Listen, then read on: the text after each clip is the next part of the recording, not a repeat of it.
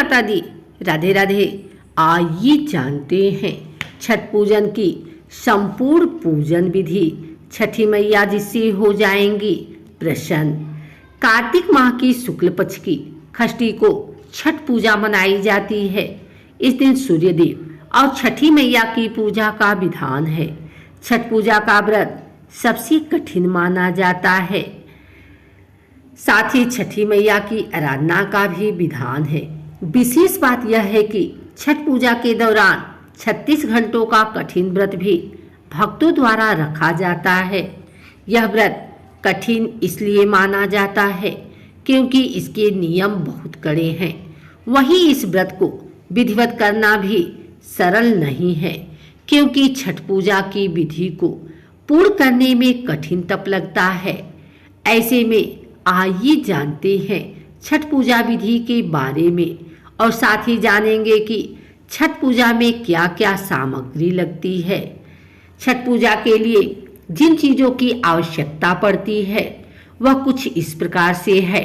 गन्ना, पानी वाला नारियल, अक्षत, पीला सिंदूर, दीपक, घी, बाती, कुमकुम, चंदन, धूपबत्ती, कपूर, दीपक, अगरबत्ती, माचिस, फूल, हरे पान के पत्ते, साबुत, सुपारी, शहद, इसके अलावा हल्दी, मूली और अदरक का हरा पौधा, बड़ा वाला मीठा नींबू, शरीफा, केला और नाशपाती, शकरकंद, सुथनी, मिठाई, गुड़, गेहूं, चावल का आटा और घी। छठ पूजा की विधि। छठ पूजा के दिन ब्रह्म मुहूर्त में उठकर स्नान करें। इसके बाद छठ व्रत का संकल्प लें और सूर्यदेव एवं छठी मैया का ध्यान करें। छठ व्रत के दौरान यह नियम है कि व्रती को अन्न का सेवन नहीं करना है। ऐसे में अन्न का सेवन करने से बचें। संभव हो तो निर्जल रहकर व्रत का विधिवत पालन करें।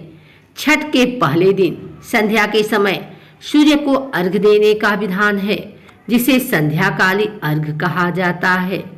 इस प्रक्रिया में डूबते सूर्य को अर्घ दिए जाने का विधान है। ऐसे में इस दिन सूर्यास्त होने से पहले छठ घाट पर पहुँचे और दोबारा स्नान करें। फिर अस्ताचलगामी सूर्य यानी कि अस्त होते हुए सूर्यदेव को पूरी निष्ठा के साथ अर्घ दें। भगवान सूर्य को अर्घ देने के लिए बांस का प्रयोग करें। बांस के अलावा आप पीतल की टोकरी या सूप का उपयोग भी कर सकते हैं। ध्यान रहे कि पीतल की टोकरी नई होनी चाहिए। पिछले वर्ष की टोकरी या फिर कटी फटी टोकरी का इस्तेमाल करने से बचें, नहीं तो पूजा खंडित होगी।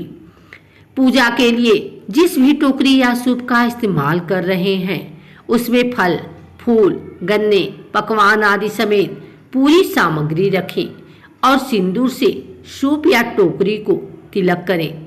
सूर्य अर्घ के समय टोकरी में सारी पूजन सामग्री होनी चाहिए। ध्यान रहे कि पूरे दिन और रात भर निर्जल व्रत रखना है और फिर अगले दिन सुबह उगते हुए सूर्य को जल अर्पण करना है। सूर्य देव का ध्यान करते हुए अपनी मनोकामना पूरी करने की प्रार्थना करें।